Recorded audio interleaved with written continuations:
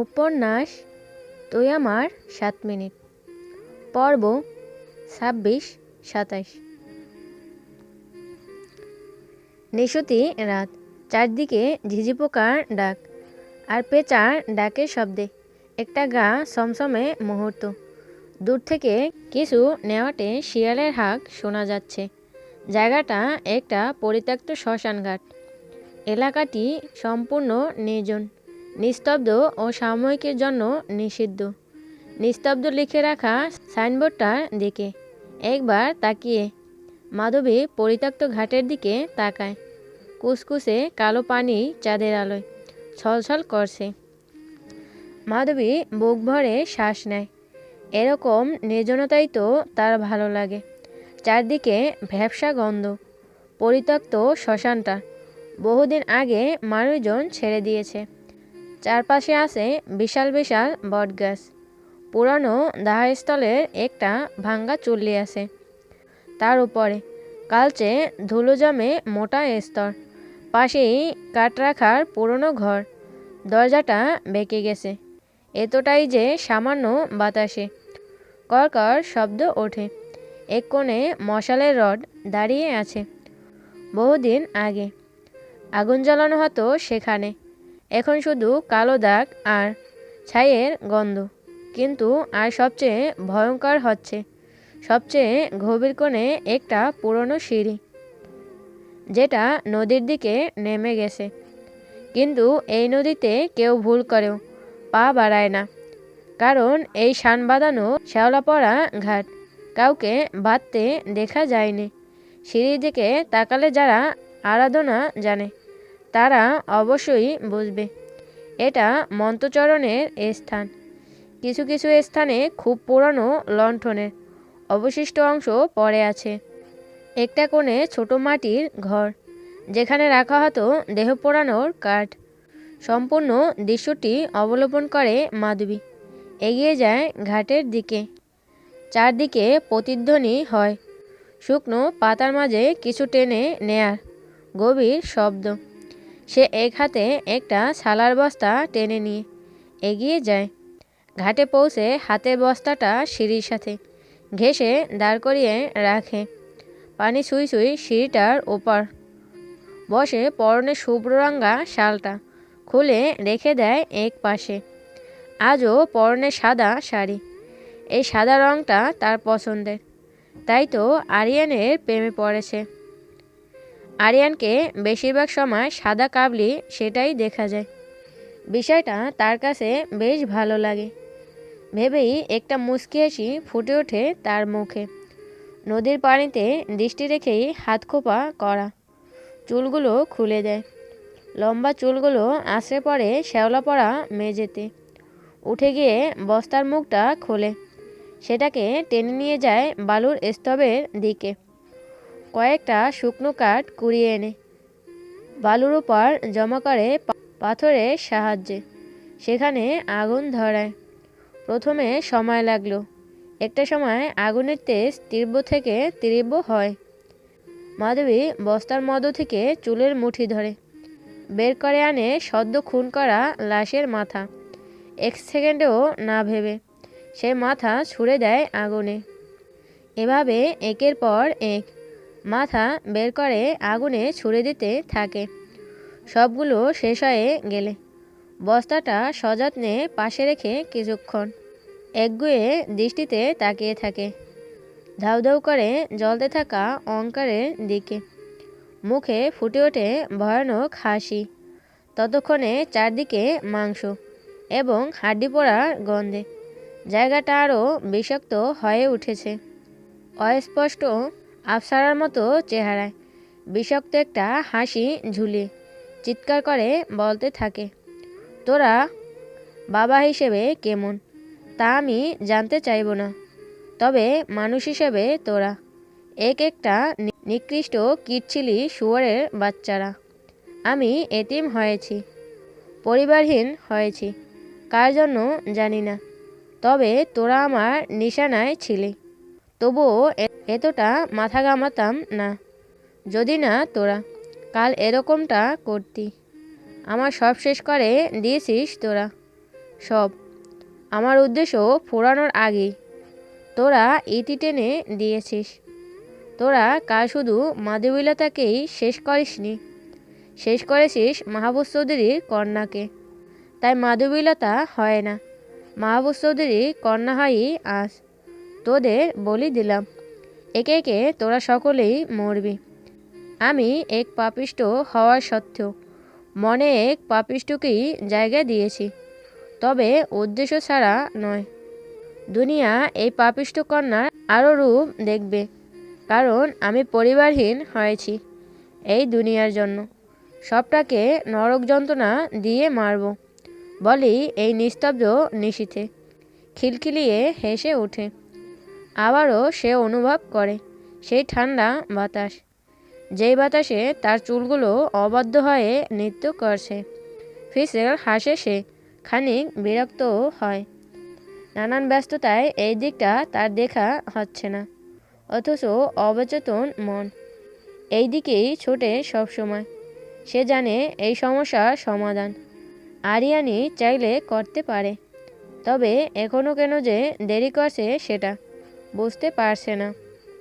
এটা তো আরিয়ানের জীবনে সবচেয়ে বড় সমস্যা। তবুও যে কেন দেরি করছে কে জানে। এসব ভাবতে ভাবতে সে আবারও ঘাটে নামে। পানি বললে ভুল হবে। দিন দিন মানুষের রক্ত আর পোড়া ছাই নিতে নিতে পানিতে একটা মিশ্রিত রং ধারণ করেছে। সেই পানিতেই নেমে পড়ে মাধবী। কিছুটা গভীরে গিয়ে একটা ডুব, তিনটা ডুব দিয়ে আবারও উঠে পড়ে। অথচ বইছে ঠান্ডা হাওয়া। পৌষ মাসের কনকনে শীতে মানুষের হাড্ডি পর্যন্ত কেঁপে ওঠে।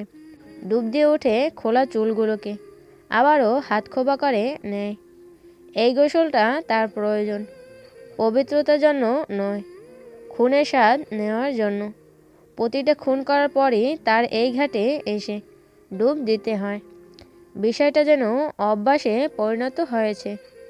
জায়গাটায় সকলে ভয় পেলেও তার ভয় নেই, থাকবে কি করে। জায়গাটা তো নিজেরই গড়া।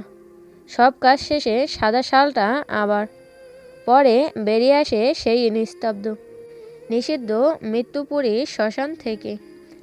একদম শেষ রাতের দিকে বাড়ি ফেরে মাধবী। এখনও দরজার সামনে অপেক্ষা করে বসে আছে রুহি। অত্যাধিক ঘুমে এক একবার ঘুরে ঢলে পড়ছে আবার।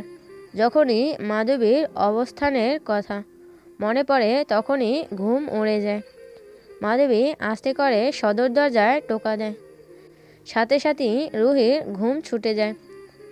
চট জলদি গিয়ে দরজাটা খুলে দেয়। মাধবীকে সুস্থ অবস্থায় দেখেই সমস্ত চিন্তাটা পালিয়ে যায়। তবে মাধবীর অবস্থা দেখে কোনো কিছু জিজ্ঞাসা না করে আগে গামছাটা এনে দেয়। বাইরে দাঁড়িয়ে চুল মুছতে মুছতে সে স্বাভাবিক স্বরে জিজ্ঞেস করে, তোর ভাই উঠেছে? রুহি বুঝল না। এত সাংঘাতিক একটা কাজ করে এসেও কিভাবে এতটা স্বাভাবিক থাকতে পারে। তবে সে স্বাভাবিক থাকতে পারল না। কাপা কণ্ঠে জিজ্ঞেস করলো, সবাইকে কমে? চুপ, একদম চুপ। রুহি কথা শেষ করার আগেই মাধবী তাকে থামিয়ে দেয়। কিচ্ছু হয়নি, মনে কর তুই কিছু জানিসই না। স্বাভাবিক থাক। বাড়ির আর কারো কাছে কিছু বলবি না, আশির কাছেও না। ও কিন্তু এখন আর আমাকে ভালো চোখে দেখে না। এমনিতেও সবাই আমার মামা মামি আর ভাই বোন হলেও এদের কাউকে আমি ঠিক ভালো চোখে দেখি না। তাই সবার মাঝ থেকে তোকে জানিয়ে গেলাম, আশা করি ঠকবো না। রুহি ঘন ঘন মাথা নাড়িয়ে বলে, জীবন দিয়ে দেবো তবুও মুখ খুলব না। ভালো। আর তোকে যেন স্কুলে কে বিরক্ত করে। স্কুলে না, স্কুল থেকে আসার পথে কিছু গুন্ডা ছেলে পেলে বাজে কথা বলে। শুধু তোকে একাই না, আমাদের ক্লাসে সব মেয়েদেরই। কাউকে বলেছিস? ডাক্তার বলতে বলতে থেমে যায় রুহি। সে অভিকে বলতে চেয়েছিল কিন্তু পেরে উঠছে না। কারণ তাদের সম্পর্কটা পুরোটাই ধোঁয়াশায় ঘেরা। না সম্পর্ক আছে, আর কখনো হয়নি, কোনোটাই না। তো কিভাবে বলবে সে? রুহিকে চুপ থাকতে দেখে মাধবী বলে, গতকাল রাতে যেটা করেছিস আজ রাতেও করবি, পরদিন থেকে আর বিরক্ত করবে না। গতকাল রাতে রুহির সাথে পরিকল্পনা করে মাধবী আরিয়ানকে ঘুমের ওষুধ খাইয়ে বাড়ি থেকে বেরিয়েছিল। আজ রাতেও একই কাজ করার কথা বলছে। সে জানে মাধবী এদের খুন করে ফেলবে। সে আমতা আমতা করে জিজ্ঞেস করে, সব কিছুর সমাধান কি মানুষকে খুন করাই? মাধবী এক পেশে হেসে বলে, আমি তো মানুষ খুন করি না, আমি অমানুষ খুন করি। যে পুরুষ নামক কাপুরুষটা নারীকে সম্মান দিতে জানে না, সে কোনো মানুষ হতে পারে না। তাদের পরিণতি দুনিয়াতেই আমার মতো মাধবীলতাদের হাতে। নৃশংস খুন হওয়া আর আখেরাতে জাহান্নামের তীব্র অহংকার সহ্য করা। কথাটা বলতে বলতে মাধবী সদর দরজা লাগিয়ে রুহির ঘরে চলে যায়। গোসল করে একেবারে তৈরি হয়, মাথায় কাপড় দিয়ে বের হয়। রুহি মুগ্ধ চোখে তাকিয়ে থাকে লাবণ্যময়ীর দিকে। ভোরের সিগ্ধ আলোয় মাধবীর সৌন্দর্য যেন আরও বহুগুণ বৃদ্ধি পেয়েছে। মাধবী ওড়নাটা দোপাটা দিয়ে নামাজে দাঁড়ায়। রুহি অবাক হয়, মাধবীর সাথে নামাজ পড়াটা এখন বড্ড বেমানান লাগছে রুহির কাছে। এতদিন তো মাধবী 5 ওয়াক্ত নামাজ পড়ত, তবে আজই অবাক লাগছে, কারণ এতদিন সে এই ভয়ঙ্করী রূপের বিপরীতে লুকানো বিষাক্ত রূপটা দেখেনি। রাতে খুন করে, ভোরে নামাজ পড়ছে। ব্যাপারটা সত্যি সত্যি বেমানান। ভাবতে ভাবতে সেও অজু করে ফজরের নামাজটা আদায় করে নেয়। নামাজ শেষে রুহির কাছ থেকে চাবি নিয়ে মাধবী নিজের ঘরের সামনে যায়। তালা খুলে আস্তে করে আগের দরজার বাহির থেকে মাথা বের করে ভেতরে উঁকি দেয়। না, আরিয়ান এখনও বেঘরে ঘুমাচ্ছে। দেখে স্বস্তির নিঃশ্বাস ফেলে ভেতরে ঢুকে। এই দৃশ্য রুহি দেখলে হয়তো হাসতো। এইমাত্র জলজন্ত কতগুলো মানুষ খুন করে এসে এখন স্বামীকে ভয় পাচ্ছে বলে পা টিপে টিপে ঘরে ঢুকে আস্তে করে ভেতর থেকে দরজাটা বন্ধ করে দেয়। আরিয়ানের কাছে গিয়ে আগে চেক করে সজাগ নাকি ঘুমে, তারপর কিছুক্ষণ ডাকাডাকি করে। সে জানে ওষুধের ডোজ এখনও শেষ হয়নি, তবুও কিছুক্ষণ ডাকাডাকি করে। তারপর কোনো কথাবার্তা ছাড়াই পাশের টেবিল থেকে জগটা নিয়ে হুড়হুড় করে সবটা ঢেলে দেয় চোখের উপর। বেপরোয়া ঘুমানো আরিয়ান কাঁচা ঘুম থেকে লাফ দিয়ে উঠে বসে। মস্তিষ্ক কিছুক্ষণ কাজ করে না, যখন বুঝতে পারে তার বিছানাসহ গা ভিজা, মেজাজ চড়ে যায়। পরক্ষণেই মনে পড়ে এটা এখন তাকে সজ্ঞানে বিয়ে করা পরীর বাচ্চা। ভাবতেই নিমেষেই মেজাজ পড়ে যায়, মুখে ফুটে ওঠে মুচকি হাসি। মাধবী নিজ থেকেই বলে, চা করে দেব। আরিয়ান ঠোঁট কামড়ে হাসে। বউ তার ভালো মন্দ বুঝতে পারে। ঘুমের ওষুধের তুলনায় ঘুম কম হয়েছে, যার ফলে এখন মাথাটা ঝিমঝিম করছে। এই সময় চাটা সত্যি খুব দরকার ছিল, দিলে মন্দ হয় না। সকাল সকাল বউয়ের হাতে চা খেয়ে দিন শুরু করলে দিনটা ফুরফুরে যাবে। যা করা করে 1 কাপ চা নিয়ে আয়। আগে উজু করে নামাজটা পড়ে নিন, আমি বানিয়ে আনছি। আর বিছানা কিন্তু আমি পরিষ্কার করতে পারবো না। নামাজের কথা তোকে বলতে হবে না। আর পানি তুই ফেলেছিস, তাই তুই পরিষ্কার করবি। তুই পরিষ্কার করবি না তো কে করবে? আমি মরে গেলেও পারবো না। বলেই চা করতে চলে যায়। আরিয়ান উঠে অজু করে নামাজ পড়ে, বিছানার চাদর উঠিয়ে ফেলে, ভেজা তোষকের উপর খবরের কাগজ দিয়ে দেয়। তারপর নিজ হাতে ঘরটাও ঝাড়ু দিয়ে ফেলে। বিছানায় নতুন চাদর বিছায়, চটপট করে সব কাজ করে, সাদা পাঞ্জাবির সাথে সাদা শালটা নিয়ে ঘর থেকে বেরিয়ে রান্নাঘরের দিকে ছোটে। গিয়ে দেখে মাধবী টেরেতে করে 2 কাপ চা নিয়ে আসছে। বাড়ির সকলে নামাজ পড়ে না, যারা পড়ে তারা নামাজ কালাম পড়ে। চা খেয়ে কেউ কেউ কাজে বেরিয়ে গেছে, আর বাড়ির কর্ত্রীরা ঘুমিয়ে গেছে। শীতের মৌসুম, তাই কুয়াশা এখনও কাটেনি। আরিয়ান বলে, একটা চাদর নিয়ে বাগানে চল। মাধবী বুড়ুকুসকে বলে, বাগানে কেন?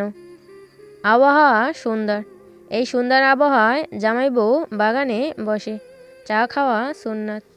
হ্যাঁ, দুনিয়ার সবই সুন্নাত, আর এসব সুন্নাত পালন করতে করতে আপনি নবীর ষষ্ঠ উম্মত। তা ঠিক বলেছিস, এখন আয়।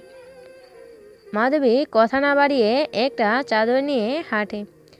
বাগানে পৌঁছলে আরিয়ান চাদরটা মৌসুম ঘাসের উপর বিছিয়ে মাধবীকে বসতে ইশারা করে।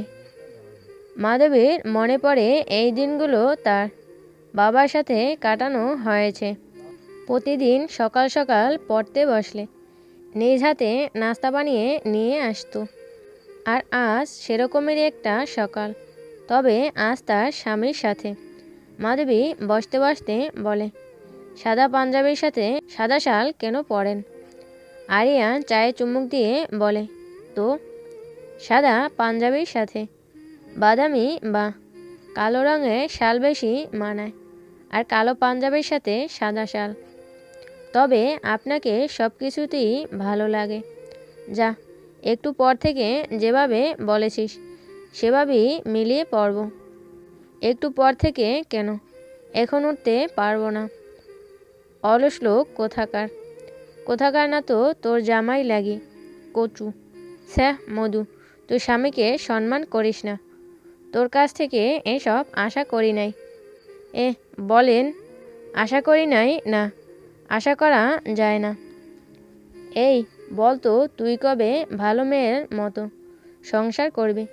করতে তো চাই, তবে আপনি তো ভালো হবেন না। আমি আবার কি করলাম?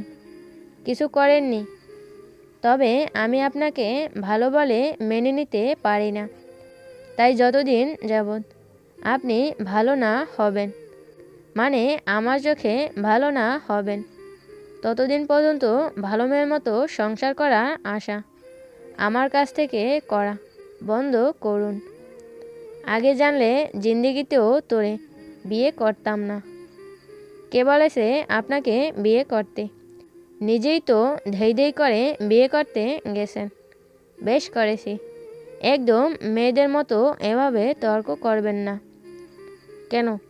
কোন হাদিসে লেখা আছে যে তর্ক শুধু মেয়েদের জন্য, ছেলেরা করতে পারবে না? কথায় কথায় হাদিস আর সুন্নাত। আসছে আমার মৌলবী পীর সাহেব।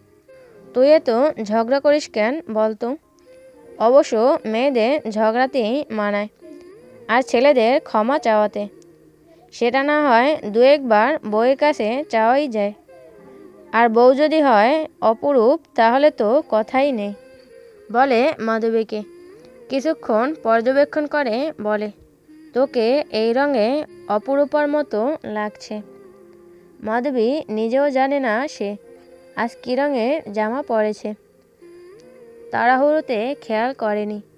এখন তাকিয়ে দেখে বাঙ্গি যেই রঙের হয় সেই রঙের একটা হালকা কালার গাউন।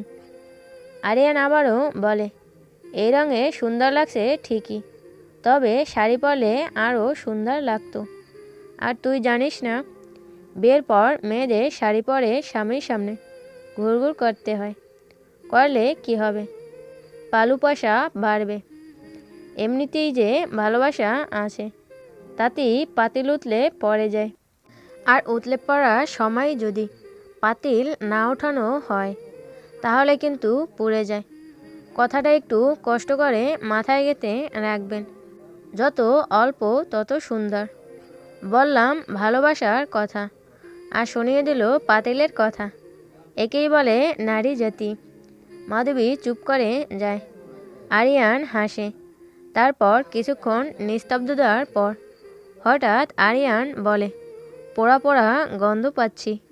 খুব বাজেভাবে হয়তো কিছু পুড়ে যাচ্ছে। কথাটা শুনে মাধবীর একটু সময় লাগে না বুঝতে। সেও বলে, এত পোড়ার জিনিস রেখে তো কোনো লাভ নেই, শুধু শুধু টাকা খরচ, ফেলে দেব। একটাকে পারবেন, তবে আরেকটার অধিকার নিয়ে বসেছে, চাইলেও ফেলে দেওয়া যাবে না। এরকম পোড়া জিনিসের সাথে নিয়ে বউয়ের সাথে কথা বলে মজা পাচ্ছি না টুনির মা। যান, এখন কিছু বলতাম, কিন্তু বলবো না। আপনি আমাকে এসব টুনির মা ডাকেন কেন? আচ্ছা যা, একটুবার থেকে আবুলের নাতনি বলে ডাকবো। এবার খুশি? এমনভাবে বলছে যেন সত্যি খুশি হওয়ার মতো কোনো নাম দিয়েছি।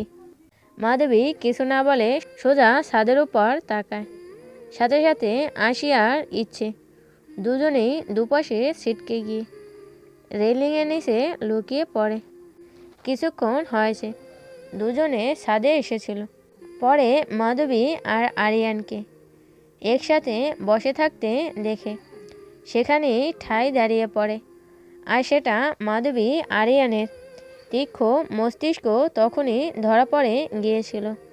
মাধবী জোরে জোরে বলে, আরিয়ান ভাই, আমাদের কি একসাথে একটু বেশি সুন্দর লাগে যে মানুষ এদিক সেদিক থেকে উঁকি মেরে দেখে। আরিয়ান হাসে। মেয়েটা বেশ ভালোই খোঁচা মেরে কথা বলতে পারে, একদম খাপে খাপ ভাবে মাধবীর কথাটা। আশি আর ইচ্ছের কানে যেতেই দুজনে বসে থাকা অবস্থাতে ছাদ থেকে নেমে পড়ে। ওরা চলে গেছে বুঝতে পেরে মাধবী বলে, বাড়ির সবাই উঠে পড়েছে, ভেতরে চলুন। আর আপনার না অনেক কাজ, আজ একটু ব্যস্ততাই কাটবে, সংসদে যেতে হবে। চামারের সাওয়ালরা বেশি নাচানাচি করছে, একটা দুটো ডানা কেটে দিলেই হবে।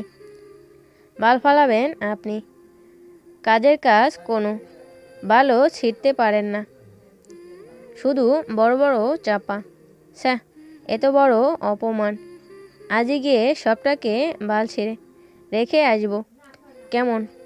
মাধবী কোনো কথা না বলে নিচ থেকে চাদরটা উঠিয়ে ভাঁজ করে ভেতরে চলে আসে। আরিয়ানও পিছু পিছু আসে। ততক্ষণে সকলে উঠে যে যার কাজে লেগে পড়েছে। আরিয়ান নিজের ঘরে যেতে যেতে চেঁচিয়ে বলে যায়, আম্মা, আজ বড় একটা দায়িত্ব দিয়েছে বউ, তাই তাড়াতাড়ি খেয়ে তাড়াতাড়ি যেতে হবে। রুমে গিয়ে একবারে তৈরি হয়ে নিচে নামে আরিয়ান। পরনে সবসময়ের মতো সাদা পাঞ্জাবি। এখন মাধবের কথা মতো সাদা পাঞ্জাবির সাথে কালো শাল পরেছে, চোখে কালো সানগ্লাস, হাতে কালো ঘড়ি, হালকা করে রাখা বাবরি চুলগুলো সিঁড়ি দিয়ে নামার সময় বাতাসে দোল খাচ্ছে। কালচে বাদামি রঙের ঠোঁটের ফাঁকে চেপে রাখা সিগারেটে এক হাত দিয়ে মেজের কাঠি দ্বারা জ্বালাচ্ছে, আর এক হাত বাতাস রোধের জন্য সামনে ধরে রেখেছে। সেভাবেই একের পর এক সেরে বেয়ে নামছে তার শ্যামগরণের যেন। এই হালকা জিনিসগুলোই যেন তার পুরুষত্বকে আরও সুদর্শন করে তুলেছে। আর সেই শ্যামবর্ণের লোকটাই একসাথে তিন রমণীর চোখের মুগ্ধতা এনেছে। আশি, ইচ্ছে, মাধবী তিনজনই অপলক দৃষ্টিতে তাকিয়ে আছে। শ্যামগরণে যে এত মাধুর্যতা, এত মুগ্ধতা থাকতে পারে তার জলজান্ত প্রমাণ আরিয়ান। তবে হঠাৎই মাধবীর চোখে মুগ্ধতা ছাপিয়ে ভর করে একরাশ বিরক্তি। আশিয়ার ইসিকে ড্যাব ড্যাব করে আরিয়ানের দিকে তাকিয়ে থাকতে দেখে নাক মুখ কুঁচকে কিছু বলতে যাবে তার আগেই আরিয়ান বলে, পাকাটা আর কুত্তার দৌড়ানিটা মনে হয় কম হয়ে গেছে, তাই না মধু? এখন নতুন কিছু করতে হবে মনে হয়। মাধবী তার উত্তর না দিয়ে বলে, আপনি সিগারেট খাচ্ছেন কেন? নতুন দেখছিস, কোনো কারণ ছাড়া তো খান না। মাধবী দুহাত বুকে বেঁধে বলে, তা কী কারণে শুনি? এই যেমন ধর, আমি খুব বিরক্ত হলে কিংবা রাগ উঠলে, শরীর খারাপ লাগলে, দম বন্ধ লাগলে ইত্যাদি আরও কিছু রোগের জন্য এই সিগারেট আমার খেতেই হয়। বাহ, সিগারেট খেলে যেই রোগগুলো মানুষের হয় সেই রোগগুলো দেখছি আপনার সিগারেট না খেলে হয়। তা এখন কী এমন রোগ হয়েছে? সবগুলোই হয়েছে কারণ সুন্দরী বউ আশেপাশে ঘুরে বেড়াবে, অথচ কাছে আসতে দেবে না। তো এইসব রোগ তো হবেই। রোগের আসল ওষুধ তুই, আর নকল ওষুধ সিগারেট। তাই রোগের আসল ওষুধ তো আর পাবো না, তাই সিগারেট দিয়ে কাজ চালাই। মাধবী হতাশার শ্বাস ফেলে বলে, তা নবাব সেজে যে চলে যাচ্ছেন, খাবেন না? না, আর দেখছি সত্যি সত্যি বাল ছিঁড়তেই হবে।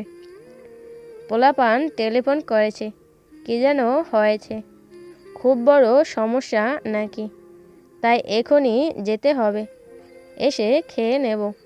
তারপর ইচ্ছের দিকে তাকিয়ে বলে, ভাবি, আপনার স্বামীকে বলবেন যেন 9টার মধ্যে সংসদে থাকে। বলে আরিয়ান বেরিয়ে যায়। মাধবী নাস্তা সেরে নিজের ঘরে চলে যায়। আজ অপুর প্রেমপত্রগুলো খুলে দেখবে। সময়ের অভাবে এতদিন পড়েনি, আর সময় করে চিঠিগুলো হাতে নিয়ে বসেছে। তখনই দরজায় টোকা পড়ে। মাধবী অনুমতি দিতেই ইচ্ছে, আশি আর রুহি ঢুকে পড়ে। ওদেরকে দেখে মাধবী হাতের চিঠিগুলো বালিশের নিচে ঢুকিয়ে রাখে। তিনজন এসে খাটে গোল হয়ে বসে।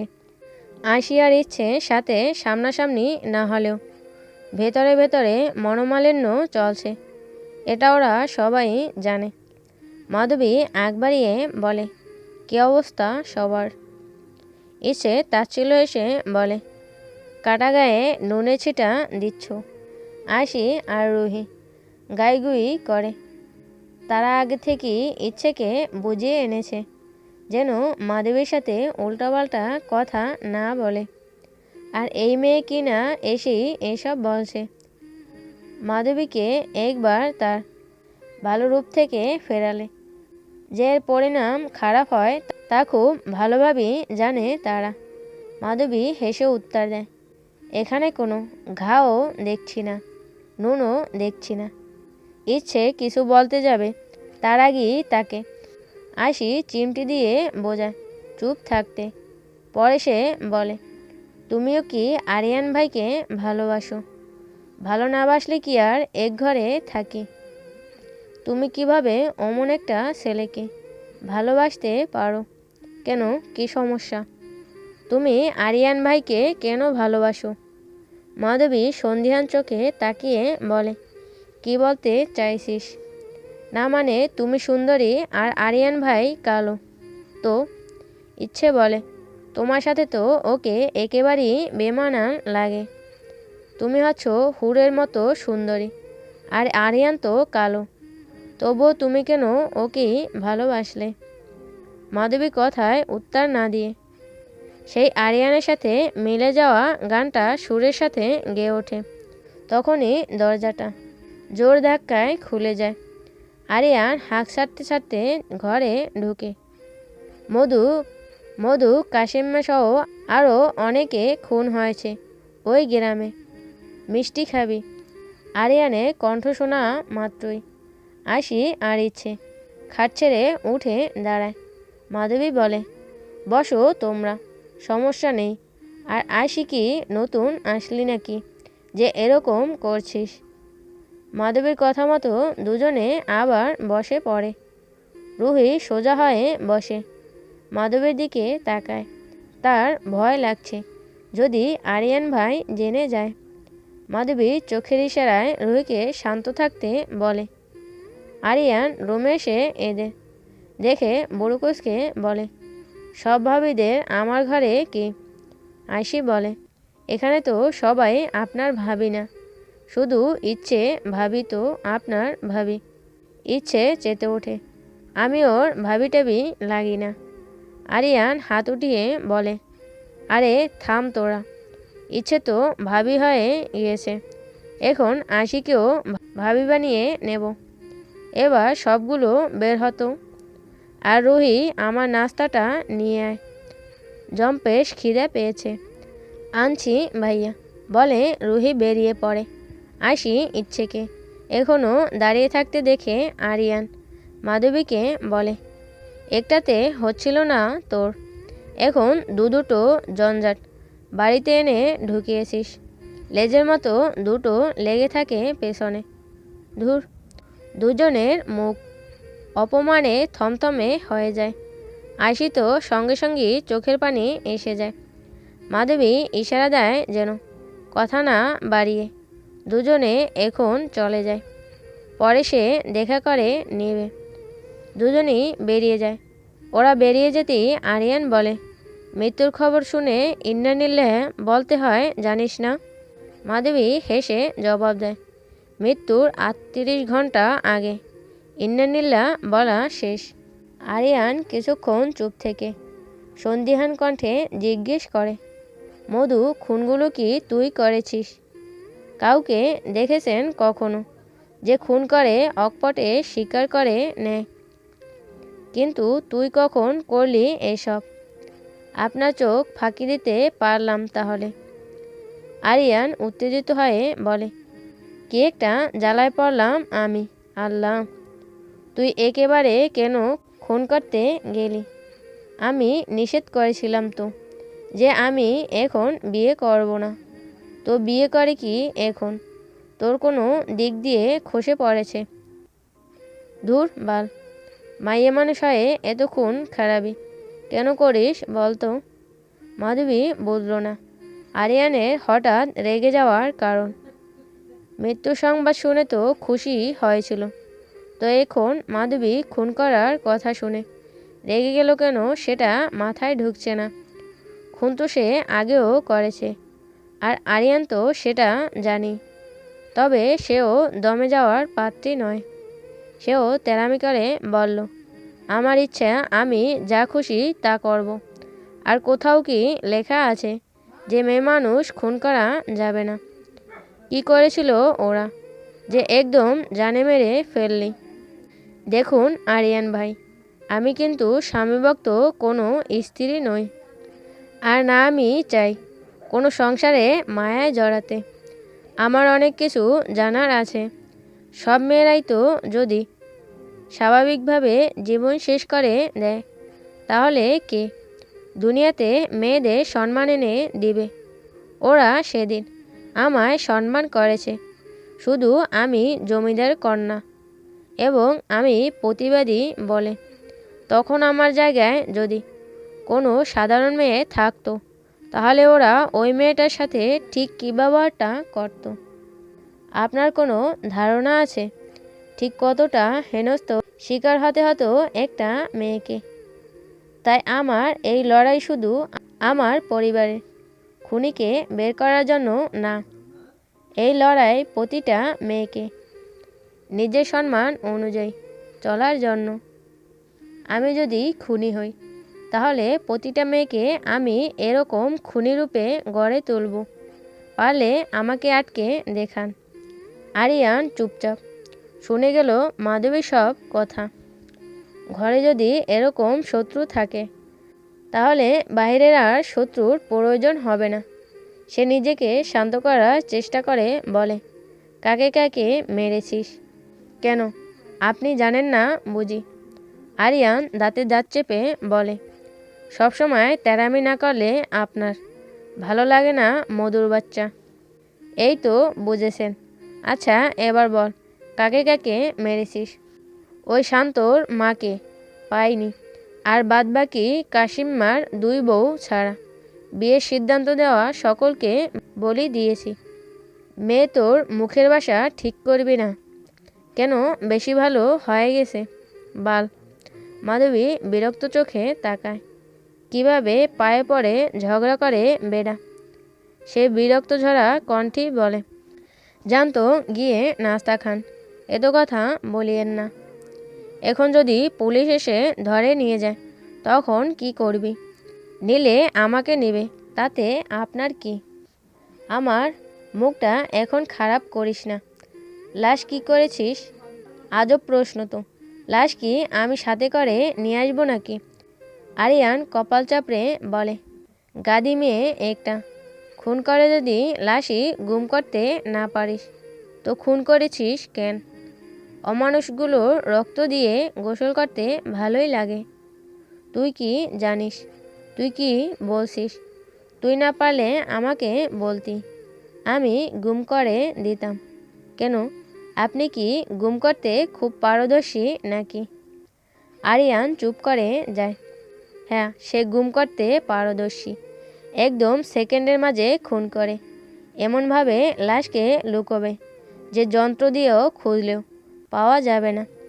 আরিয়ানকে চুপ থাকতে দেখে মাধবী বলে, আচ্ছা, আপনি মানুষ খুন করেন কেন? না মানে আমি তো তাদের অপরাধের শাস্তি দিই খুনের মাধ্যমে, কিন্তু আপনি কেন করেন? খুন করলেই কিন্তু শাস্তি হয়ে যায় না।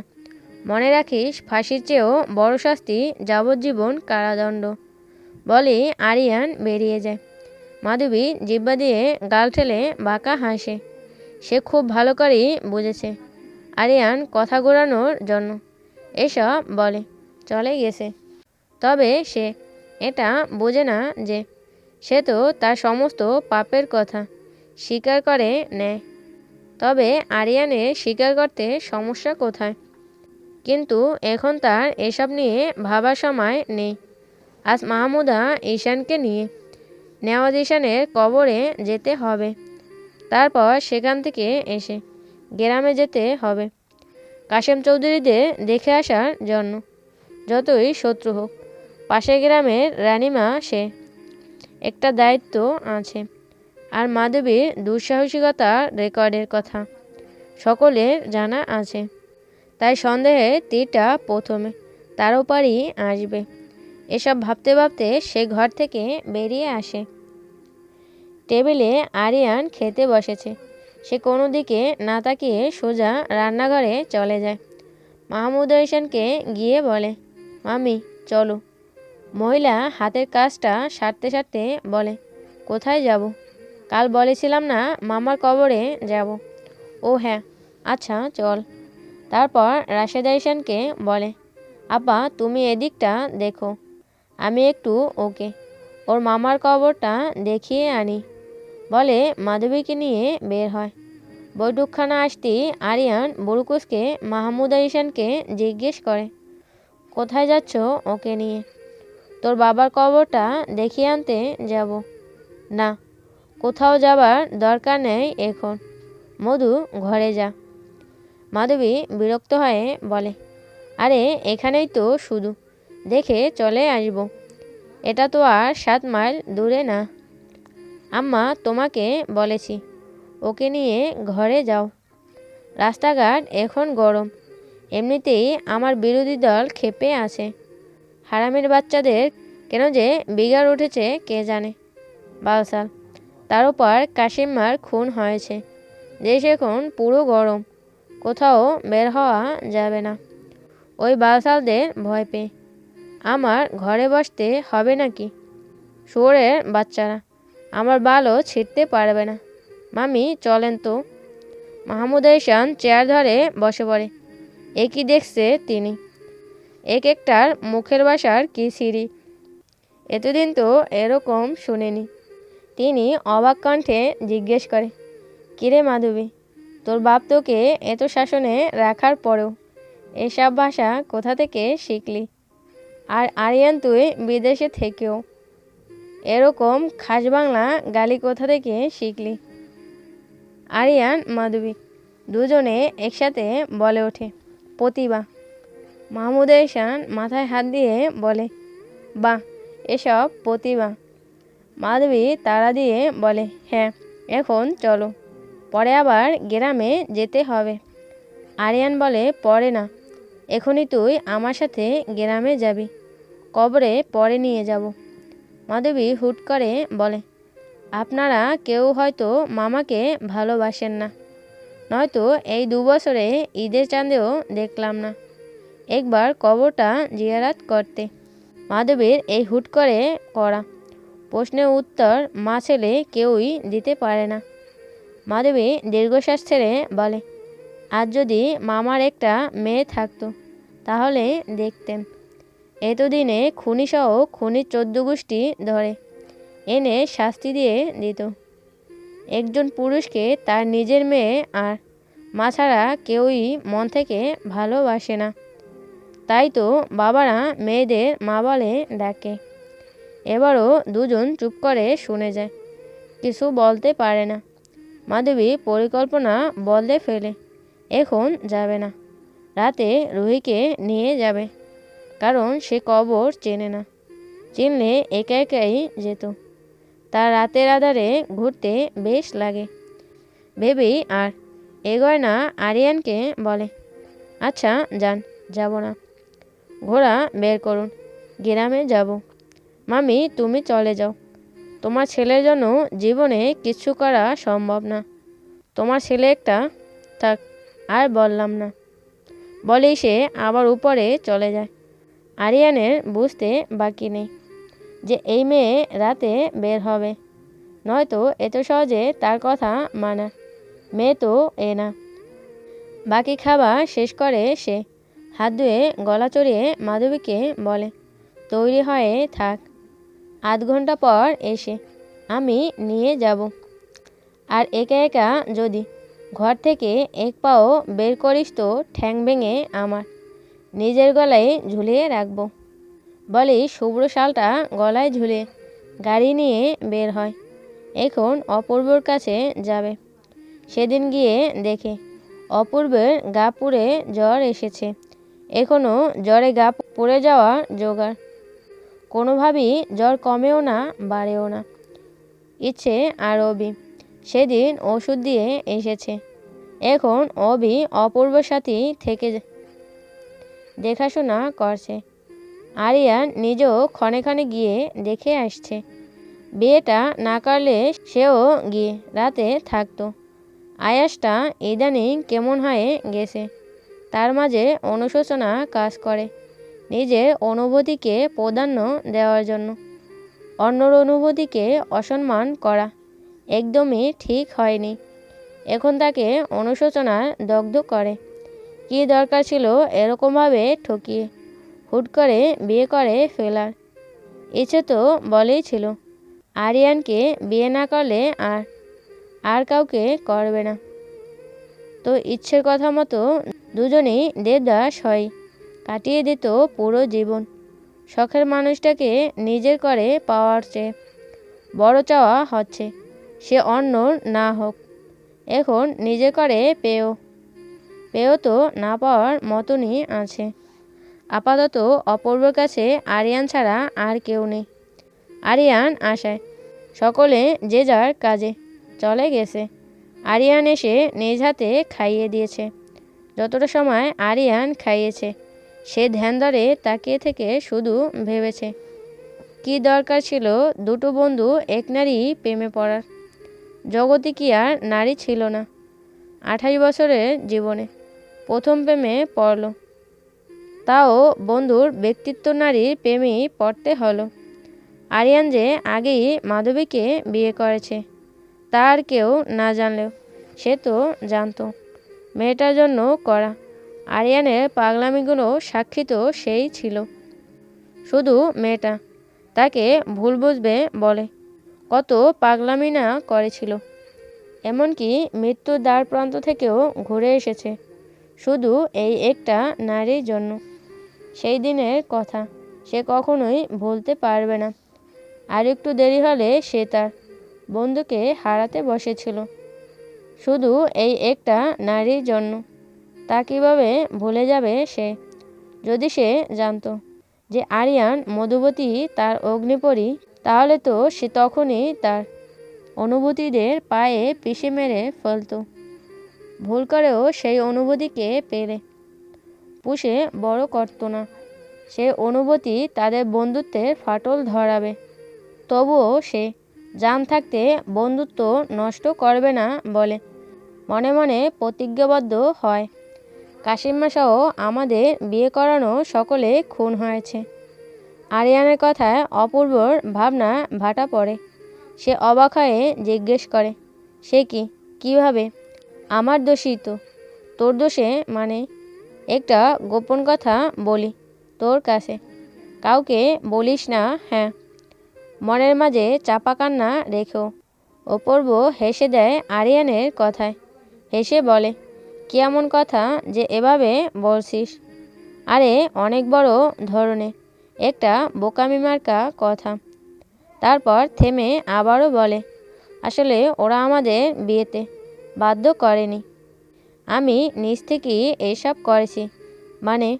আরে ওই শাকচুন্নি মেয়ে ভীষণ তেরা, ভালোবাসবে তবুও বিয়ে করবে না। বুঝলাম না, আসলে হয়েছে কি? সেদিন বিকালে শাকচুন্নি, না শাকচুন্নি বললে ভুল হবে, ও একটা মনচুন্নি। তো সেদিন বিকেলে ওই তেরা মন চুন্নি শাড়ি পরেছিল, তবে সেটা বড় কথা নয়। আমাকে দিয়ে আবারও ওই যে মাইয়ারা হাতে আর চুলে কী সব বালসাল লাগায় না, ওসব লাগিয়েছিল। এখন তুই বল, একে তো এই মেয়ে হুরের মতো তার উপর শাড়ি পরে, আবার আমার মতো অবলা এক ছেলেকে দিয়ে এসব পরিয়েছে। তো আমি নিজেকে নিয়ন্ত্রণ কিভাবে করব? ওখানে আমার জায়গায় অন্য পুরুষ থাকলে তো তখনই। তওবা, আস্তাগফিরুল্লাহ, অন্য কেউ ছিল ভাবলেই তো শ্বাস আটকে যায়। আচ্ছা শোন, পরে আমি আর ধৈর্য ধরতে পারিনি, অনেক ধৈর্য ধরেছি, আর পারবো না ভেবে কাশিমা-সহ আরও কতগুলোকে ঘুষ খাইয়েছিলাম। ওদের সাথে পরিকল্পনা করে রেখেছিলাম রাতের বেলা মঞ্চুন্নিকে নিয়ে জঙ্গলে যাব পরে ওরা যেন আমাদের ধরে অপবাদ দিয়ে বিয়ে করিয়ে দেয়। সেভাবেই পরিকল্পনা মাফিক ওরা আমাদের বিয়ে দিয়ে দেয়। ওই দিন বিয়ে না করলে এই মঞ্চুন্নি জিন্দিগিতেও বিয়ে করতো না। কিন্তু আমি কি জানতাম নাকি যে ও এরকম সাংঘাতিক কাজ করে বসবে কাল রাতে আমাকে ঘুমের ওষুধ খাইয়ে গিয়ে ওদের সবটাকে নিজ হাতে খুন করেছে। সবটা শুনে অপূর্ব কি হাসবে না কাঁদবে ভেবে পেল না। মানে একটা মানুষ ঠিক কতটা বলদ হলে পরে এরকম কাজ করে, জানে যে এই মেয়ের কোনো পিছুটান নেই, যখন যা ইচ্ছা করে বসে। খুন করাও এই মেয়ের বাহাতের খেল, তবুও গিয়েছিল বলদগিরি করতে। এখন কতগুলো মানুষের জীবন গেল এই বলদামির জন্য। অপূর্ব কপালে ভাঁজ ফেলে বলে, শিক্ষা হয়েছে মানে? মনে থাকলে আর জিন্দেগিতেও এই মেয়ের সাথে এরকম করব না। তবে একদিকে ভালোই হয়েছে, আমাদের বিয়েটাও হলো, আর যার শত্রু সে নিজ হাতে খুন করতেও পারল। আল্লাহ জুড়ি মিলিয়ে দিয়েছে বোধহয়, একটা চেয়ে একটা কম না। একজনে খুন করতে পারদর্শী, আরেকজন গুম করতে ভালোই হয়েছে। ও খুন করবে আর তুই গুম করবি, তবুও তো কারণ ছাড়া খুন করে না। আর তুই তো কারণে অকারণে মানুষকে গুম করে ফেলিস। কথাগুলো খুব কষ্ট করে আওড়ায় সে। বুকে হাজারো ব্যথা রেখে যেই নারীকে ভালোবাসে সেই নারীকেই বন্ধুর সাথে জুড়ি মিলিয়ে দেয়। তবুও যতক্ষণ আরিয়ান পাশে থাকে তার ভালো লাগে। এমনিতেই আরিয়ান সবার সামনে যেমনই থাক, তার সামনে বড্ড অগোছালো করে কথা বলে, যা শুনলে তার মন আপনাতেই ভালো হয়ে যায়। দরকার কি ভালোবাসা যদি বন্ধুত্বই এত আপন হয়? ভুলে যাবে সে নারীর মোহ, ভাবতেই তাচ্ছিল্য হাসি দেয়। আরিয়ান বলে, আমিও কারণ ছাড়া গুম করি না। আমার সমস্ত অপরাধ ওকে ঘিরে। এর বাইরে যা করি তাকে আমি অপরাধ মনে করি না। ওটা আমার নেশা। অপূর্ব আর কিছু বলে না। শরীরটা ভালো লাগছে না তার। অপূর্বের অবস্থা বুঝতে পেরে আরিয়ান অবির দেখিয়ে যাওয়া ওষুধগুলো খাইয়ে দেয়। তারপর উঠে দাঁড়িয়ে বলে, আমি অরেন্দ্রকে পাঠিয়ে দিচ্ছি তোর কাছে। এখন ওই মঞ্চুন্নিকে নিয়ে গ্রামে যেতে হবে। এসে বলবো নে কীভাবে গোয়েন্দাগিরির অভিনয়টা করে। ওখানে গিয়ে এই মঞ্চুন্নি। যাই এখন।